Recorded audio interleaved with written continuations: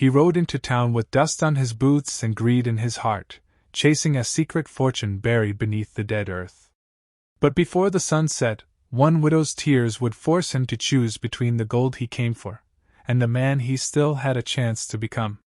Stay until the end, because what he discovers is worth far more than treasure. The town of Red Hollow had nearly vanished from the map. Once it had been alive with miners, wagons, saloons, and the endless sound of picks striking stone. But the gold dried up, and so did hope. Wooden buildings leaned like tired old men. Streets were empty except for the wind dragging dust across the road. Folks who remained survived on stubbornness alone. One late afternoon, a rider entered town.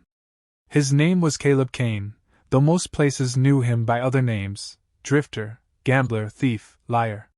He had spent half his life chasing rumors of hidden riches, and the other half running from the mess he left behind. His coat was worn, his revolver old, and his eyes carried the cold shine of a man who trusted nothing but money. Years earlier, Red Hollow's richest miner, Elias Turner, had died suddenly before revealing where he hid the last great gold stash. Men had searched for it, killed for it, and left empty-handed. But Caleb had found something no one else had, an old map torn from a journal, pointing him straight to Red Hollow.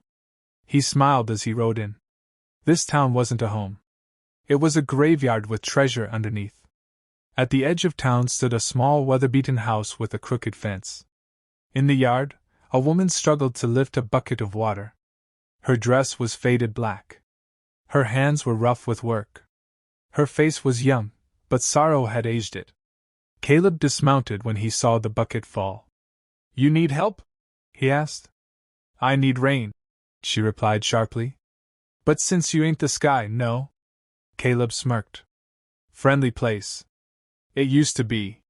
She bent to lift the bucket again, but her strength failed her. Caleb grabbed it first and carried it to the porch. She looked at him suspiciously. "Why help me?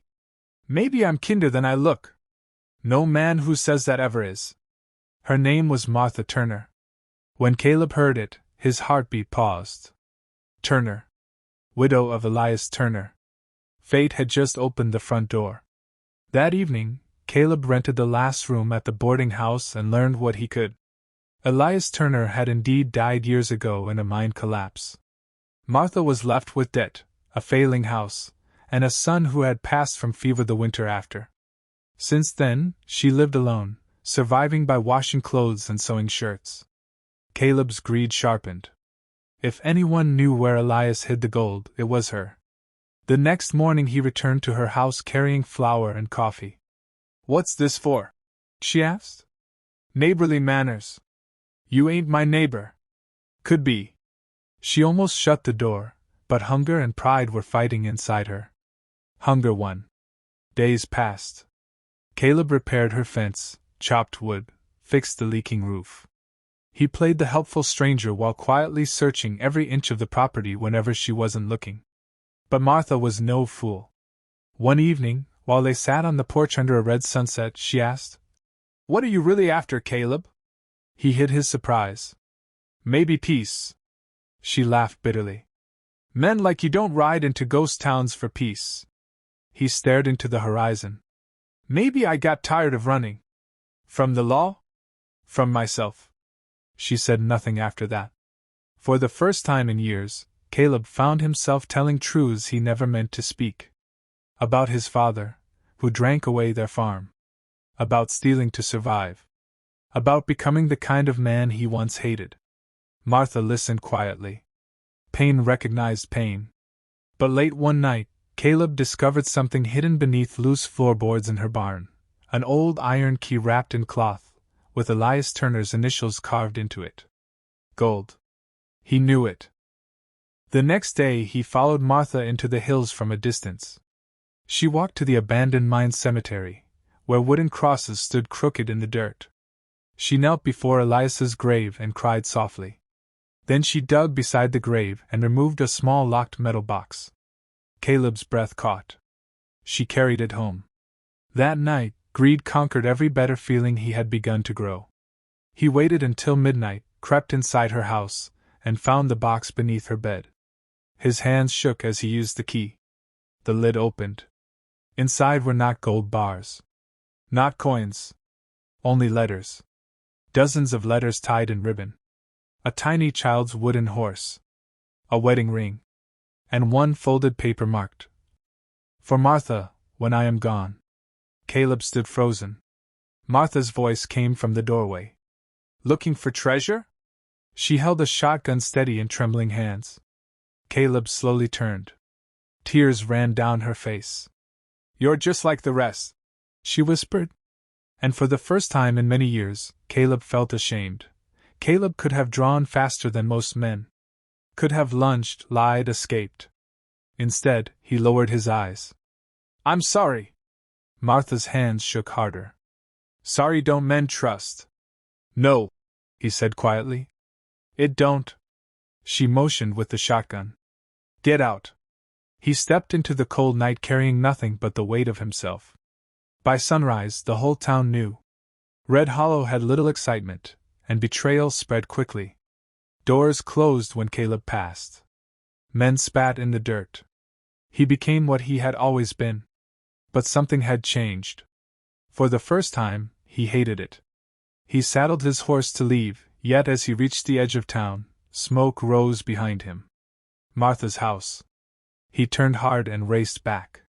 A lantern had been thrown through her window by 3 rough men led by Dugan Price, a former mining boss who still hunted Turner's lost gold. They had heard Caleb was snooping around and guessed the widow knew something. Martha was trapped inside. Without thinking, Caleb charged through the flames, wrapped her in a wet blanket, and dragged her outside coughing. Then he faced Dugan. "Where's the gold?" Dugan snarled. Caleb spat blood and dust. "Buried where men like you'll never find it." They fought in the burning yard, fists crashing, boots stomping, fire lighting the dawn. Dugan pulled a knife. Caleb saw it too late. Martha fired the shotgun. The blast tore the knife from Dugan's hand. He fled with his men into the hills. Caleb collapsed from smoke and wounds. When he woke, he was in the church with bandages wrapped around him. Martha sat nearby. "You came back," she said. "I didn't know till now, but I think I came here for that." She studied him. "For what?" "A chance." Days later, Martha handed him Elias's final letter. It said, "Martha, if men come hunting gold, let them dig till their hands bleed. I moved every coin years ago and gave it to families when the mine closed. Real wealth was never what I buried. It was what we built, what we shared, and what we loved. If someone ever understands that, trust him." Caleb read it twice. There had never been hidden gold. Only hidden goodness.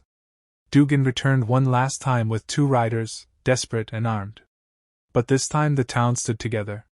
Farmers, widowers, shopkeepers, old miners, people Caleb once would have robbed, stood shoulder to shoulder beside him.